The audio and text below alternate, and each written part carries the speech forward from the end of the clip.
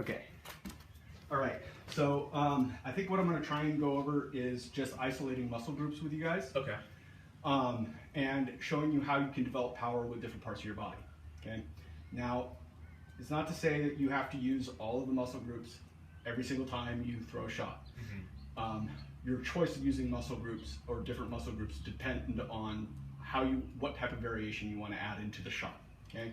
But from the most basic level, the simplest way to generate power is simply called a frame shift. Okay, and a frame shift can be anything where I'm taking my weight and moving it toward my target. Okay. So I just take my front foot and I'm going to slide it forward 6 inches. Okay, so you weigh 190, 220. Yeah. Okay, but when you take that 3-inch step forward, you are taking 200 pounds, moving it forward 3 inches behind your shot. So that adds a whole lot of power. Okay.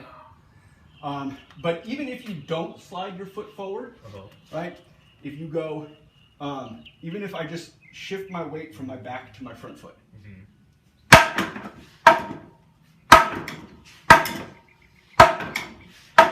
Okay.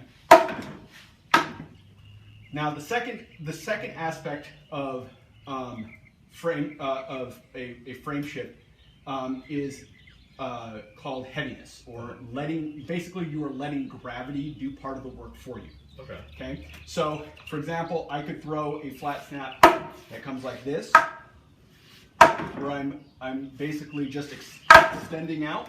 Right. I've shifted onto my front leg, or I can drop my knee, and that lowers my center of gravity, and that's giving me more power when I drop to, especially on the lower leg. Okay. In the same manner, when you slide your foot forward, but just by sliding my foot forward, watch where my eyes are. You see, I'm dropping 2 inches just by sliding my front foot forward. Yeah. Okay. So by making my stance wider, it's giving me access to lower targets here. In the same manner, if I bring my feet together, I can get access to the higher targets. Okay. So the other aspect of heaviness has to do with how gravity affects your sword. So generally when I teach people how to throw a flat snap, I don't start from here. I actually start with my point high. Okay? And the first motion is just dropping it toward the back of my palm. I'm not dropping it here into the Y of my thumb. I'm letting it drop. Right. So if I drop here, right, my sword can drop all the way down to here, right? If I drop here, that's about as far as my wrist wants to bend, right? And this is pretty darn close to that parallel plane that we want to drop into. So by dropping from here, all I'm doing is I'm bringing my hands coming forward, but gravity is doing this motion for me. So I'm adding power in. I'm letting gravity do that work for me. Yeah. Right? So you're not even spending energy to acquire more power. Okay. Okay. So, but when you drop, it's not dropping here. It's dropping here.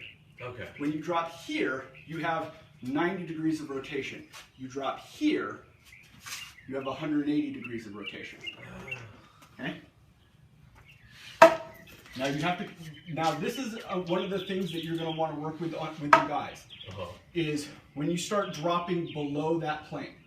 Okay. So you have to learn to catch it so that it's coming right when it's parallel. See, that dropped a little bit low there. There.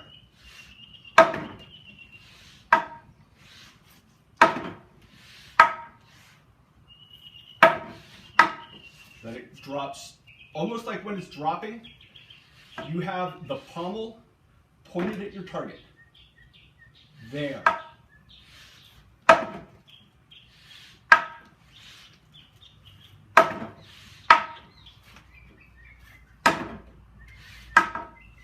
Now, instead of dropping and then coming forward, try start bringing your hand forward and letting it drop into.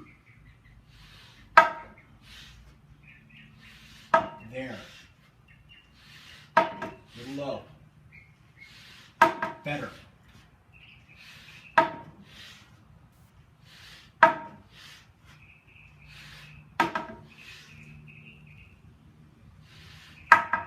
Good.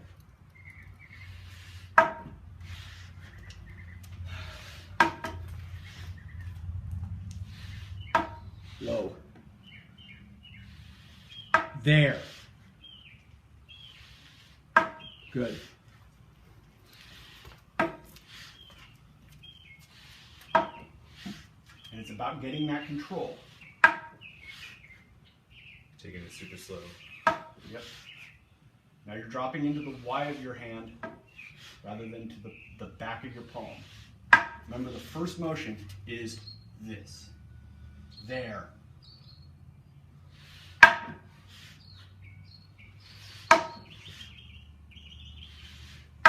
Good.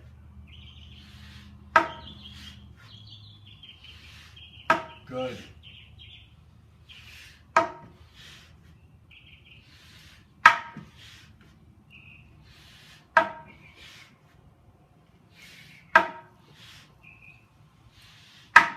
Okay.